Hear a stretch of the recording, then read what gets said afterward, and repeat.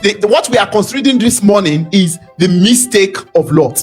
That's what we are considering this morning. The mistake of Lot. Where we read in Genesis chapter 13 from verse 5 to 18. We all know what happened. Genesis chapter 13 from verse 5 to 18. We are considering the mistake of Lot. Now, in that Genesis chapter 13, there are two persons that came out there. The first one happened to be Abraham, who happens to be the father of faith, and also the second person happens to be Lot. Lot is a kind of person. Lot is a man of sight.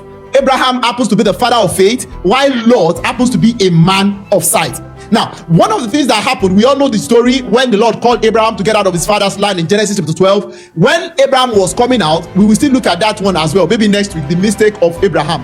The mistake of Abraham. When Abraham was coming out, he picked up Lot along with him.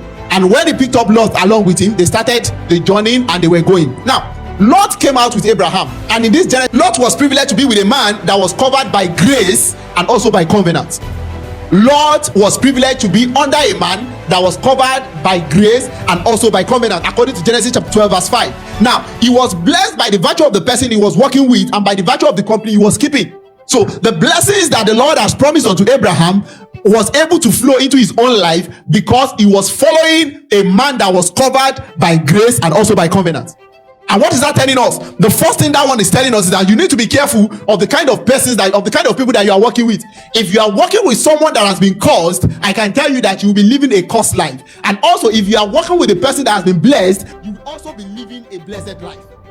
So the person that you are working with, the person that you are following, the kind of company that you are keeping is very important. That's the first thing I want us to know. So Lot was blessed by the privilege of the covenant that he was under, by the privilege of the person that he was working with, which happens to be Abraham. And he was blessed because of the covenant of God upon Abraham.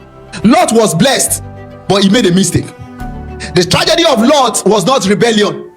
The tragedy of Lot was not rebellion, but the tragedy of Lot was misdirection.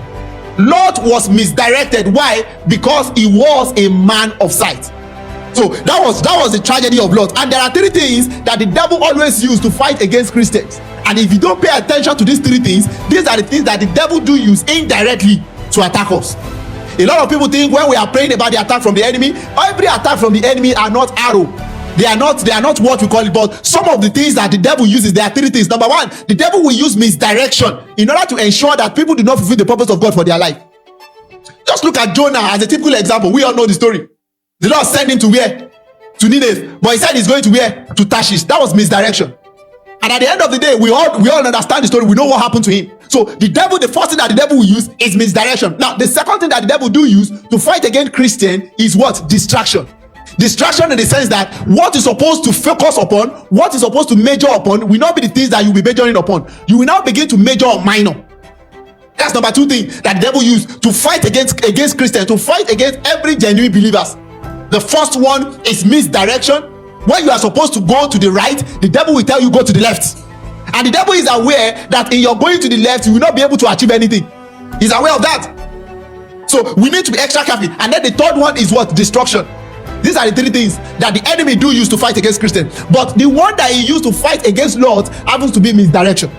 One of the greatest mistakes a believer can make is to make a decision with their eye instead of their spirit. And this was the mistake of Lot. Lot made a decision with his eye. He did not make the decision based on what the spirit was telling him. And what are the mistakes of Lot? Let's quickly go through it. Number one, Lot chose by sight and not by faith.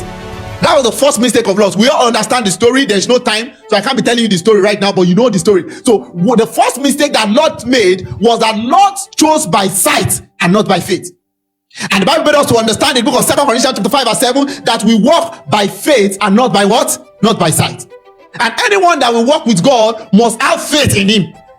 So whenever you are making a decision as a child of God, you need to be very careful so that you will not make mistake like Lot. You must always ensure that you are not making your decision based on sight, but you are making your decision based on alignment with God's will.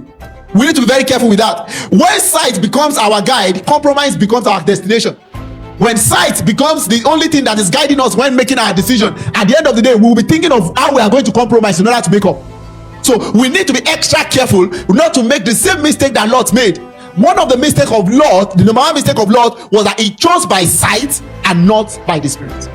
So I don't know the kind of decision that you are also making in your life. Are you making every decision by the spirit, or you are making every decision by your sight?